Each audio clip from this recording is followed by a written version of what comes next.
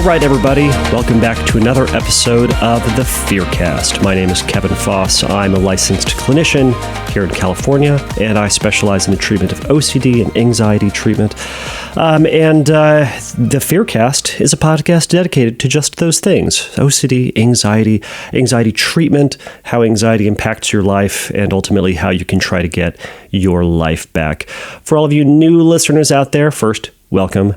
Thanks for listening. You caught me on a super weird episode, but I'll explain that in a moment.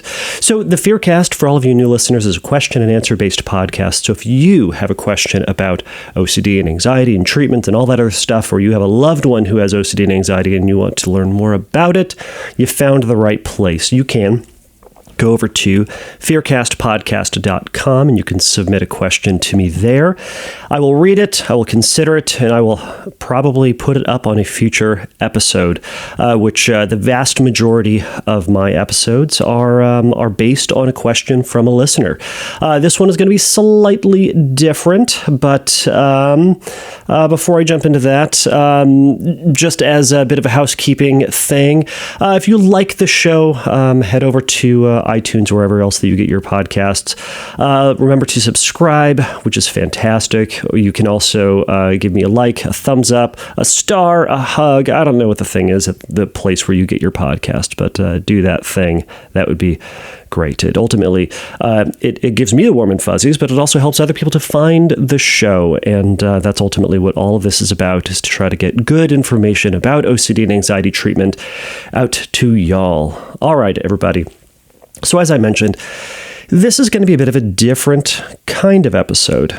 So this episode is going to be on imperfection. Now, it's not going to be on perfection, because we'll get to why it's not on why it's not on perfection. But it's going to be on imperfection. Now, why this is a little bit different is that in order to talk about imperfection, I need to put myself in that position of feeling imperfect. So I'm going to be recording this episode just straight through in one take, and I'm not going to edit.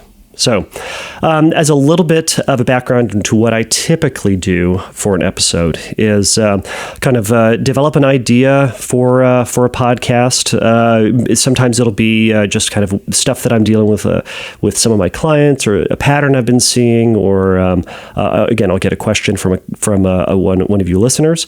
I'll do some basic research on it, so I'll go online, I'll check some of my books, I'll talk to some colleagues, things like that, to kind of get some ideas. Then I'll write down an outline for my thoughts. So my outlines, generally speaking, they end up being about 3 pages long. Today's is about 3 pages long as well.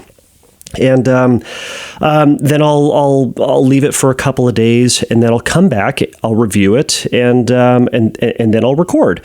So when I record, I sit down here in my office, I set up all this stuff, and then I'll try to record. And kind of what I do is I'll read through some stuff on the outline, think about it for a second, I'll speak a little bit, and then I'll go back and I'll reread, and then kind of do that process. Or I'll sit there and go, well, that doesn't make any sense, and I'll try to research real quick, or I'll try to think about what in the heck I talked about in my outline from 2 days ago or 3 days ago or whatever it is.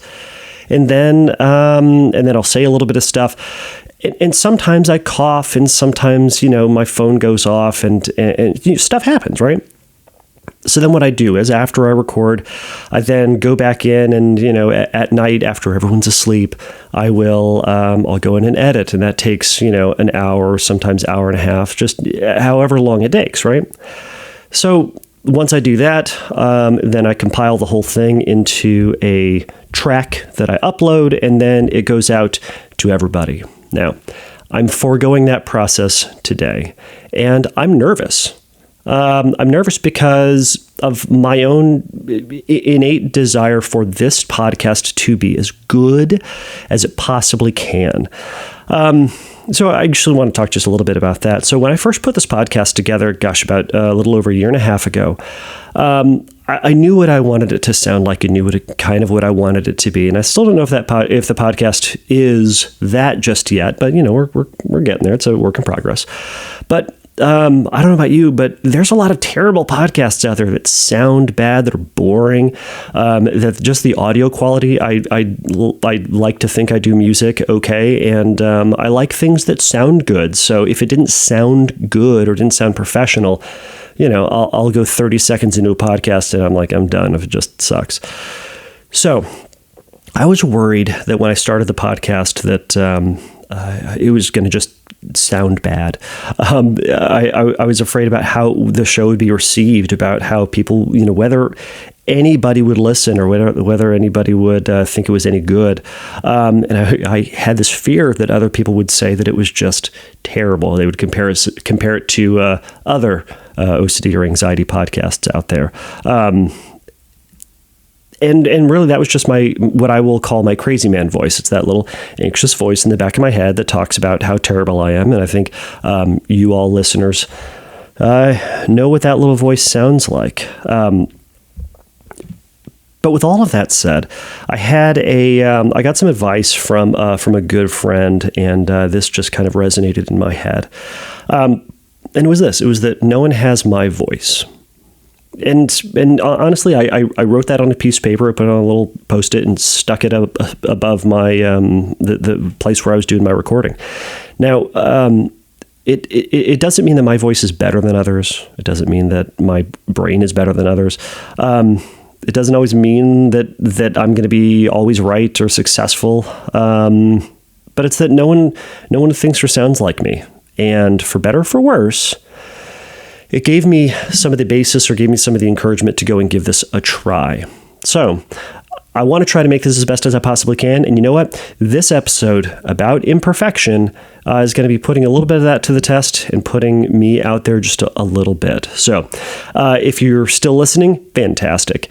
Hold on through what we're going to be doing today. I'm going to be talking a little bit about what imperfection is, a little bit about how perfectionism shows up for us, a little bit about how we can start to combat perfectionism in our life. And then I want to issue a little bit of a challenge, and I'll talk about what that challenge could look like if you're willing to do it. All right. So, where the heck are my notes? All right. So, obviously, when I'm talking about imperfection and vulnerability, I'm going to be going back to Brené Brown's stuff. So I just really like her definition when she talks about imperfection, or perfection rather. She says perfection, it's, and I'm going to paraphrase a lot of this, it's an attempt to avoid feeling the pain of shame, guilt, or failure. So it's a defensive move to protect ourselves from feeling these awful feelings. Now, she always puts things in a relational frame. And I tend to think that that's true for this especially too. It's that it's, when we want to be perfect, we're trying to fight against the possibility that we're going to feel guilty, or we're going to screw up, or that what other people are going to think, things like that. So she also talks about perfectionism is an unattainable goal. We're just simply never going to get there. And that's hard for a lot of us to reconcile with, because we have these notions that we can be, or that we, more importantly, that we should be. Now, she also says it's addictive and self-serving. And I think this is so incredibly true. And so I think we can all think about, well, some of us can think about examples where that's true in their lives. If you can kind of think about it, there's I'm here reading my notes because I got lost in the whole thing. So again, I apologize. Oh, yeah. So when we're talking about perfectionism being addictive, is that we fight and we struggle and we write and we work to try to make whatever we're doing as perfect as we can. And here's the problem, just like compulsions for all anxiety, is that sometimes it works. So it's that perfectionism can actually yield positive results, right? Which feels fantastic. And we often get a lot of praise for it. We might get praise from our teachers or our loved ones, our parents. We get praise from our bosses or our, friends, stuff like that. And that feels wonderful. And at the very least, it makes us feel like the work that we put in was worth it. But then what happens over time is that despite our efforts of continuing to put that in to try to now maintain this feeling like we are perfect or can be perfect, we realize that we just simply can't attain it. And after doing that, after failing, We blame ourselves. We assume that we failed in some awful, terrible way. And then we're faced with that pain and the fear that we aren't enough. We aren't enough in the eyes of others, or we aren't enough in the eyes of ourselves, this perception that we're supposed to be this person or this idea or this success story. And that can be incredibly hard. So with that being said, perfectionism, or continuing on with that, perfectionism from Brené Brown's perspective, what it's not. It is not self-improvement. Now, there's going to be some overlap here, but they definitely aren't the same. So self-improvement includes kind of reasonable attempts to sharpen our skills, but it doesn't have this delusion of perfection. Now, we'll talk a little bit about self-improvement later on, because I have nothing against self-improvement, and I don't think you should either, but let's not fall into that delusion that self-improvement and perfection are one and the same, or that striving for perfection is the only way that we get to self-improvement. What it's it's not striving for excellence. So this is another thing that we say to ourselves. Perfectionism is it's a desperate attempt to not feel shame or failure, and to kind of achieve that approval. Kind of think about this: the phrase "I'm not good enough unless I blank" is kind of at its core. So lastly, here's something that perfectionism is not. It's not the key to success. And again, we'll talk a little bit more about this later on. But striving for perfection, beating your head against the wall, trying to be perfect, it isn't how we can have success, or isn't the only means of success. Whereas perhaps we fall into that delusion, or we buy into that lie somewhere along the lines that is the only way that we can be perfect, or that we can succeed. So with all that said, kind of want to talk just briefly about, some ways that we find perfectionism showing up. So if you're listening to this episode, you might experience some elements of perfectionism in your life.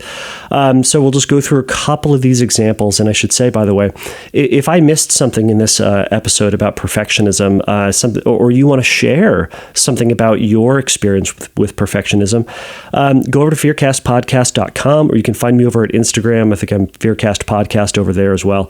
Let me know how you experienced imperfection, and I'll tack that on to another episode if you're so willing to share, or call me out for where I screwed up and completely missed something.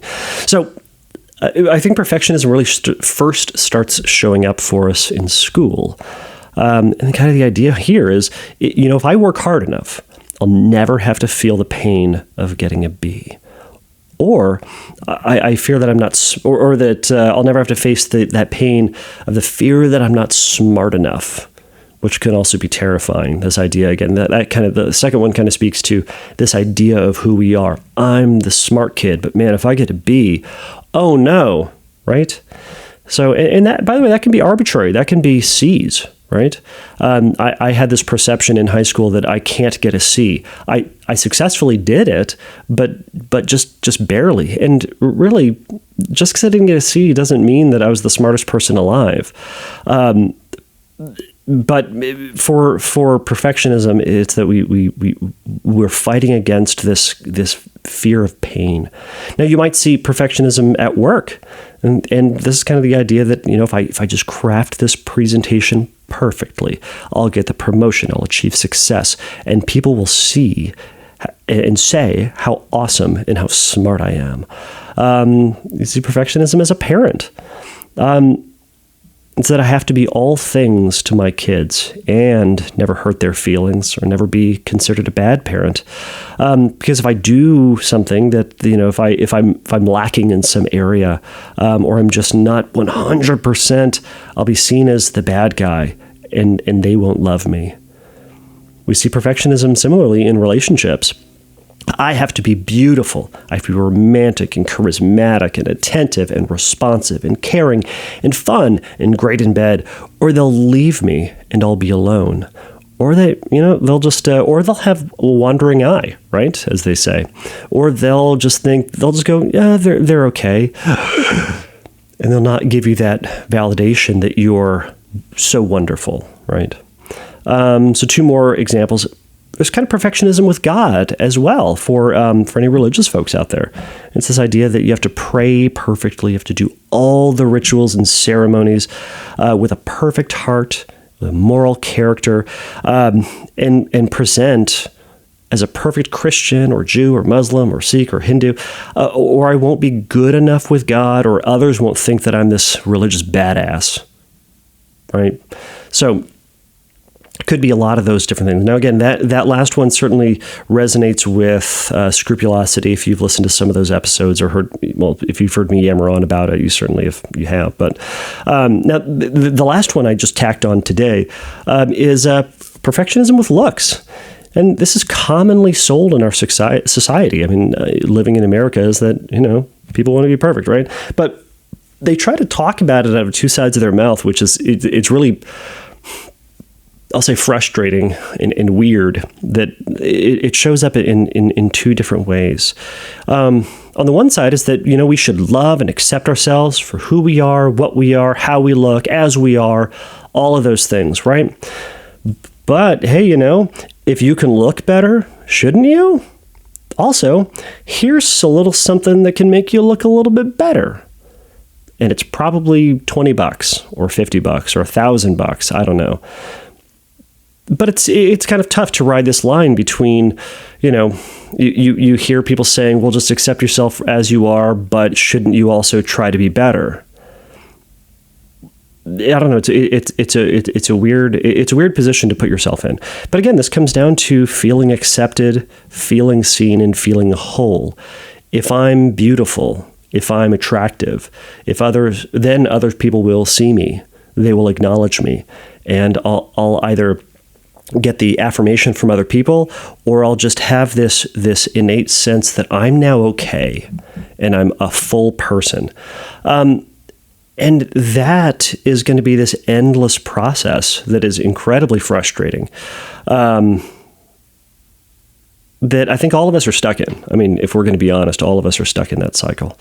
And as I was putting this episode together, I was kind of thinking about, one of the biggest ways that I see perfectionism as well is in the idea of art.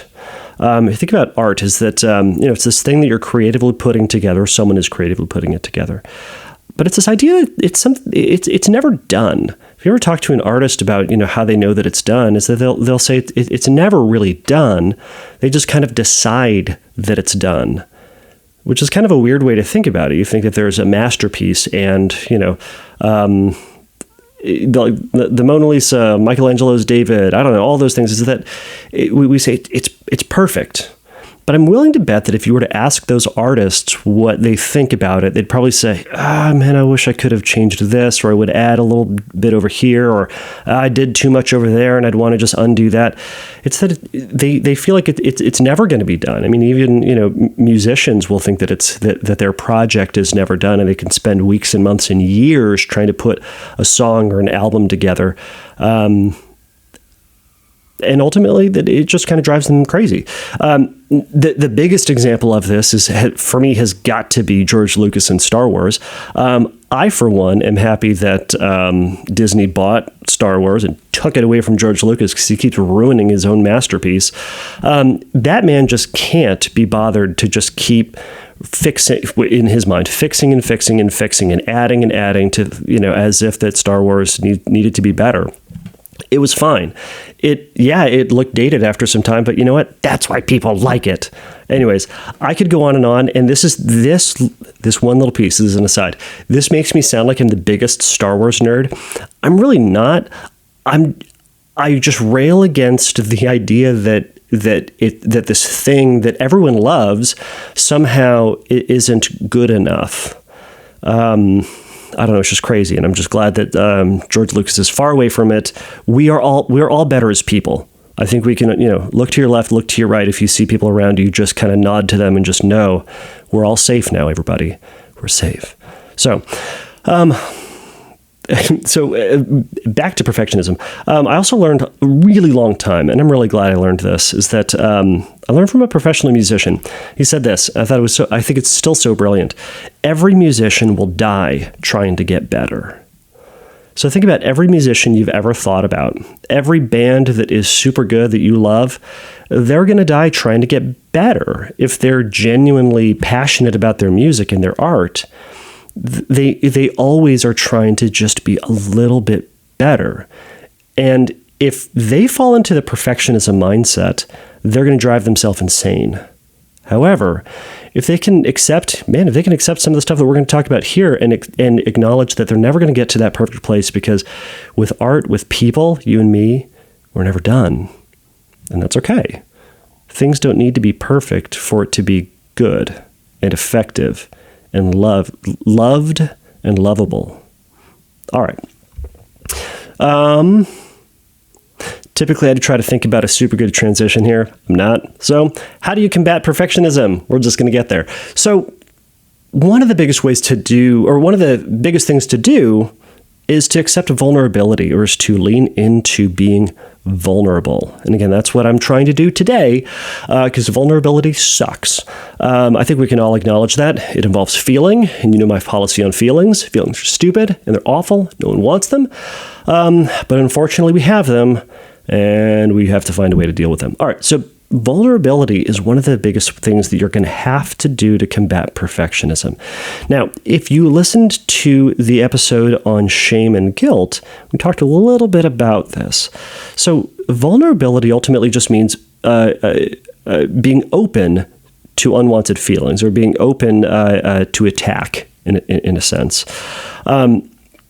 Recognizing that the feelings won't kill you, and that failure isn't the end of you, and it's not the end of the world. So vulnerability, again, is being open to an attack from an outside source. It's not weakness, though. Weakness is being unable to sustain the attack, being unable to tolerate it. And ultimately, that if anybody attacks you or judges you or criticizes you in the least bit, that you just crumble to the ground, right? That's being weak. Being vulnerable, you can be vulnerable and flexible, vulnerable and strong, in that you can take that criticism and you can acknowledge it, absorb it, and keep moving through it, or even learn something from it. And so to this element of vulnerability, it's that I've had to reflect on this for this episode, is that, kind of a combination in my crazy man brain, and maybe some reality checking and things like that, is that I have to recognize that I may face criticism for this episode. So maybe that some listeners might think that it's not as good, or that I should edit, or that I don't know. They might think that my edits just aren't that good anyways, which is also very possible. I'm not a professional at this, but I'm getting better. I also say a lot. In my edits, I recognize that I say a lot, and so. I say and so all the damn time. Now you're going to catch it. You're going to pay attention. You're going to write me and tell me how awful it is. All right. But I also recognize that though I might get some criticism, my listeners overall, all of you wonderful people out there, you guys are really kind, and you guys are really nice, and you're really appreciative, and I greatly appreciate all of that.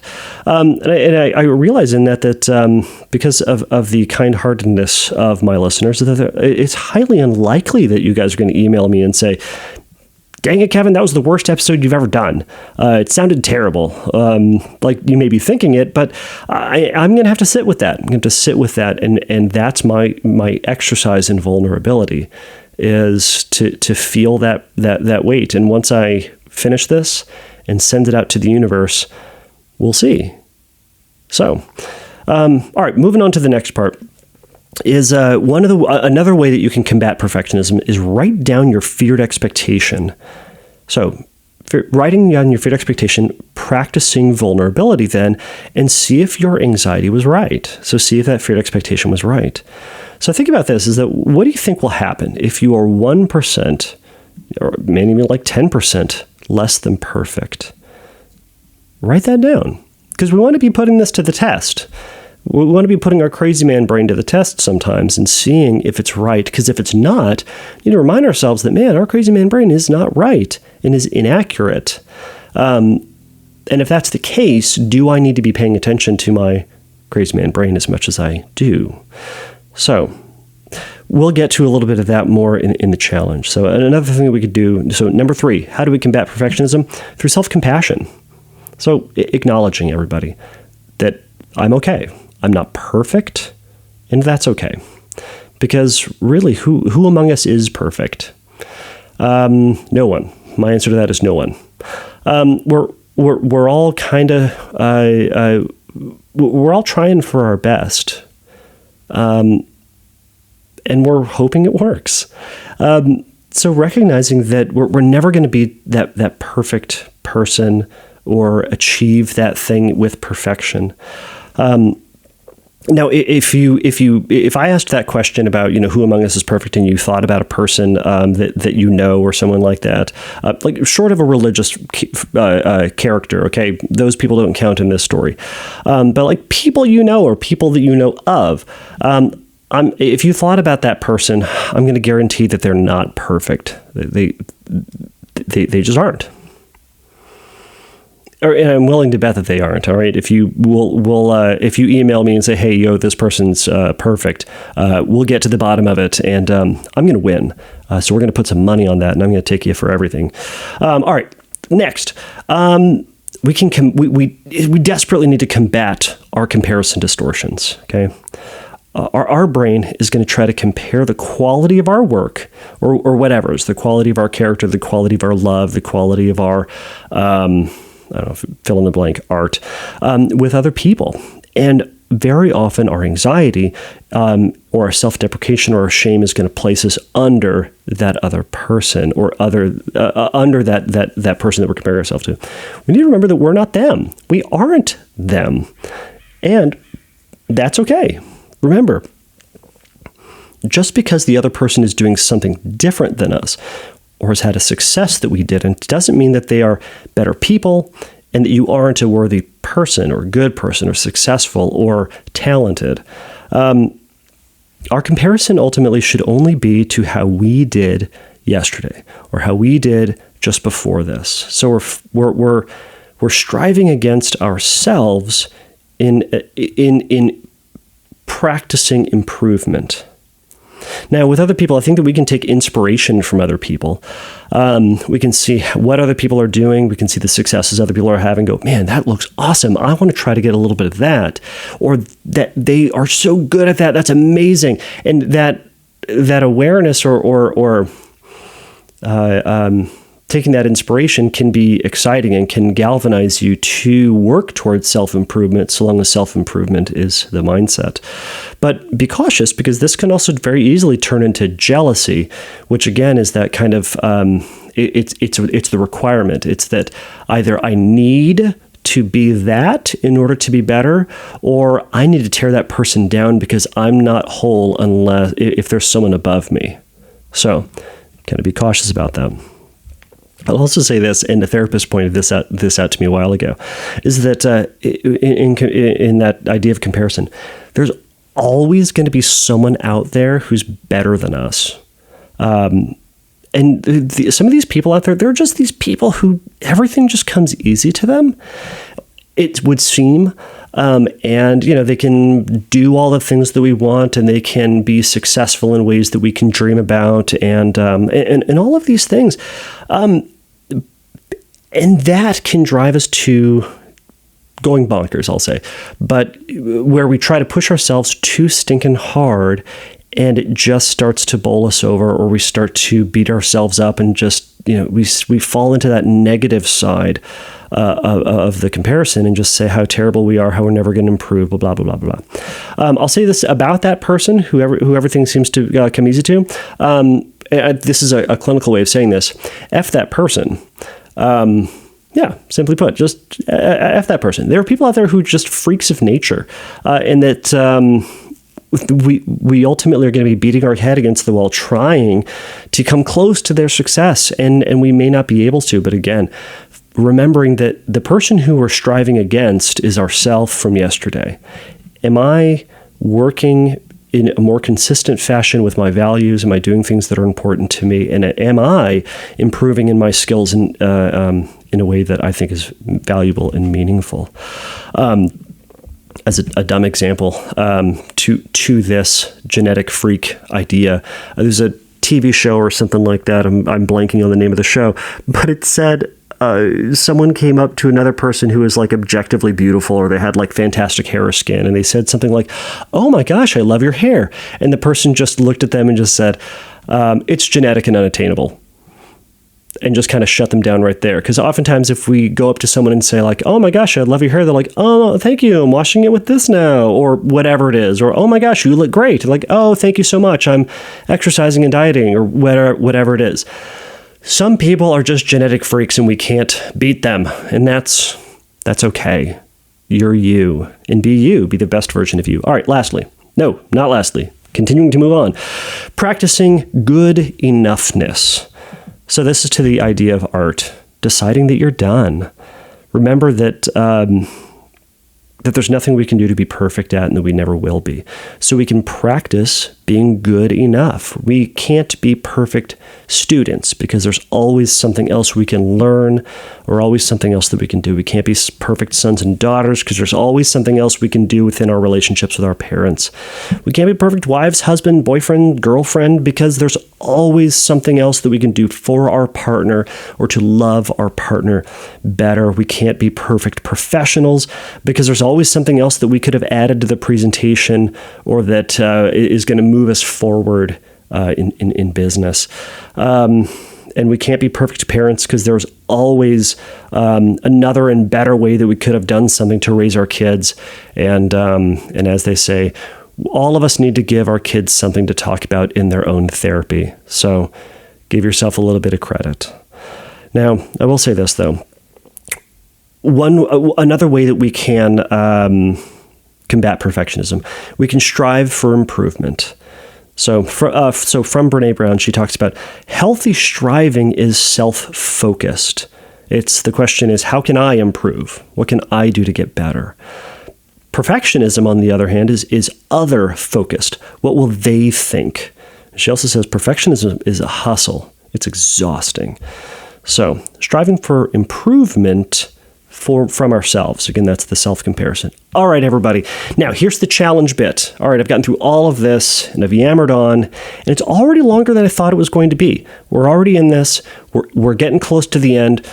This is what I do when I record. I just yammer and yammer and yammer, and then I just tighten it up, and I hope it sounds okay. All right, so here's the challenge, everybody. If you are listening to this episode and you are struggling with perfectionism in some way, I want you to be honest with yourself about how you're trying to be perfect. Where and how are you trying to be perfect? I want you to think then about what you're afraid of happening if you aren't perfect. What do you fear is going to happen? What will people think? What will the result be? How will it tarnish your relationships? How will it tarnish your character? And this is all, it doesn't need to be rational. This is your feared brain. This is your crazy brain talking. So what does it say is going to happen? Write that down. Now, one way that we can start to challenge this is to think about others in your similar situation who aren't perfect. Again, we know those people, right? Maybe these are people that you still respect or people that you still admire, but in a similar position. How do people treat them? Oh, these are people who also in your similar position who you know aren't perfect, right? We usually have this extra compassion for other people or understanding that other people, it's the double standard. Other people can have flaws except for us, right? So the dumb thing our anxiety does to us. All right. So think about this other person. How do people treat them? Do they just say how awful and terrible and stupid they are? How much of a failure they are? How do they treat them? Do they still treat them with, respect? Do they still treat them like they're a real person? Do they treat them like they're still good enough? And all of that? Also think about, do others at the top of your game, at the top of the field, whatever it is, I know this is very, very broad, but others who are at the top of the frame, do they have cracks and flaws? Are they imperfect? the people who are incredibly successful, who are doing all the things, that person that you're comparing yourself to, do we discount them and their success because of their cracks and flaws? Do we say they're terrible because of those cracks and flaws? That's one of the ways to challenge it. And generally speaking, we don't. We give them the benefit of the doubt, whereas for us, we don't. For ourselves, we don't give ourselves the benefit of the doubt. All right, so here's the challenge. Think about this, everybody. How can you push against your internal drive for perfection this week? What could you do? And think about, what would it mean to pull back just even 1%? I don't want to go crazy and go 10%, just 1%. It's just a little bit. What would you do to pull back a little bit? And if you did, what do you think would happen? Again, going back to that question of what are you afraid of happening? So, and then once you've done that, practice the vulnerability. Try to pull back by 1% and see what happens. And then be honest with yourself about what actually happened. We have a tendency to focus on the negative, tendency to focus on, we have confirmation bias, and we're trying to just say, see, 0.5% of what I feared was going to happen happened, so therefore the whole thing happened. It's all terrible, right? 0.5% of the worst case scenario happening is still pretty stinking good, everybody. All right? So, and then think about, was it as catastrophic as you thought? Now, also think about, how did it feel then to not force yourself to be perfect, to not go that extra little bit to try to be perfect, and to try to achieve that perfection? How much time and energy and emotion did you save because you backed off just that little bit? How much? I'll tell you one thing. What I'm saving myself is an hour and a half or 2 hours of editing. That's what I'm saving. What could I do with an extra 2 hours? A lot. You know what I could do? I could go to bed at a reasonable time. If I sound tired, it's because I am. The wife and the baby are both sick. They have a cold. I was the one who brought the disease into the house, so I am patient zero. But I'm losing sleep, so I'm the victim here, right? But think about for yourself, what did you get back because you backed off by 1% or 2% or 5%. What I so often hear from people who go through OCD and anxiety treatment is that when they push through treatment and they cut back on their compulsions all this time, they go, I have all this time now. I have so much more free time because I'm not checking the car door 15 times, or I'm not washing my hands a gazillion times, or I'm not taking off my shirt and putting it back on and trying out on another one, or whatever the compulsions are, right? What will you gain, and what had you gained from backing off and not being perfect? So that's my challenge to you, everybody. Now, if you try this, email me. And again, you can do this anonymously. I should say this. You can do this anonymously. You can give me a fake name. I actually specifically, if you check out the form on the Fearcast podcast page, it says what your real name is. Excuse me. I do need to have your email address and name for legal reasons. Excuse me, ethical reasons, things like that. But give me a fake name. Say your name is Burt Macklin for all I care. I don't. But that's the one I'll share. But tell me how it went. Did it go as bad? If it went catastrophically, I also want to know, because we'll chat about it. But try it out, everybody, and see if it works. The only way that you know this is going to work is if you try it.